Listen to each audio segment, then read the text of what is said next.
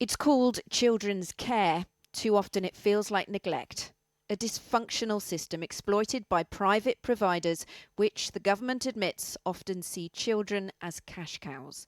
And by the end of it, young people's life chances have been made worse, not better. It sounds like it's breaking. I hope it's not.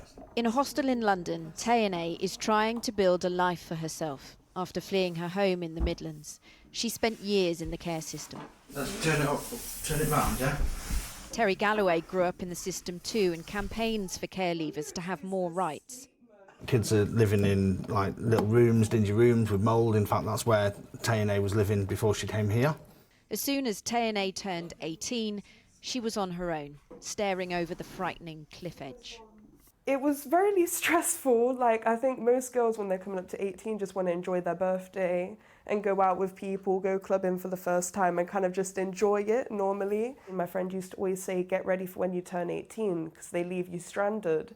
And I even had a lot of faith myself. I used to say, oh, that's not the case. And then it got to when I was 18 and it's like everyone that was around you just suddenly disappears. I even had to make my own call to declare myself as homeless. And the lady asked me, are you meant to be making this phone call? And I said to her, oh, I don't know, I'm just trying to get it done. Did you feel let down by the system? I just felt really helpless. And I was like, I need to put my big girl boots on and start making my own connections to stay here. And I had to fight for it. Yeah, look, the doors would go like that. But Tayane's London Council is refusing to put her on the housing waiting list, saying she doesn't have a local connection. So she's in a hostel for the homeless. Bridget Phillipson, here visiting a family hub on the other side of London, says she'll make councils give care leavers practical support until they're 21. And she says the billions spent on children's homes must be better invested in keeping families together. Too many children are being seriously let down. It blights their life chances and it's a real stain on our society.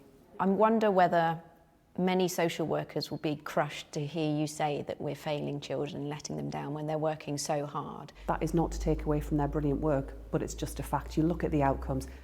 Private providers are stepping in, charging extortionate costs to local councils, putting them under enormous pressure. Do you think some providers of children's homes see children as cash cows? It's hard to escape that conclusion when you consider that profits can be as much as 20 to 30%. And we are absolutely determined to crack down on the excessive profiteering in the sector. And that's why we do have plans to bring in financial oversight of the sector so we can see what's going on. And we will set out plans to limit the profits that they can make if they don't take action.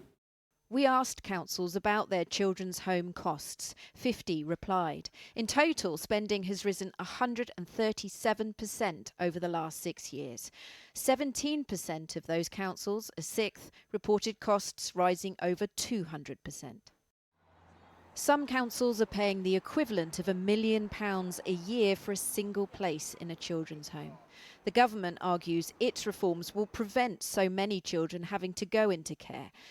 Social worker Patrice Bentic says help for families has been slashed over the last 10 years, and it hurts to hear the government say social workers are failing.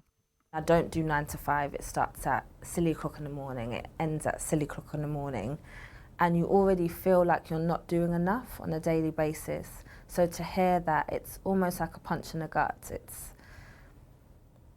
It's another way of saying just you aren't good enough and you're not doing enough, but you're not given anything to do better with. Does that make you sad? Yes, incredibly, because I feel that social work is an art and I don't always have the facilities available for me to help a family. Yeah, but look, that's not lining up. Councils say they're relieved their cries over the state of children's care have been heard, but that an extra $600 million the government's putting in the social care pot next year still isn't enough. Tayane is studying fashion design. She's built this life on her own. She says those who've grown up in care don't want to be defined by the past.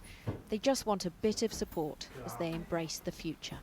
I'm going to be so upset if these don't fit.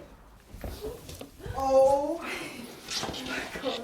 Care leavers actually want to live the same life that everybody else is living and doesn't feel belittled because of the life they were forced to grow up with.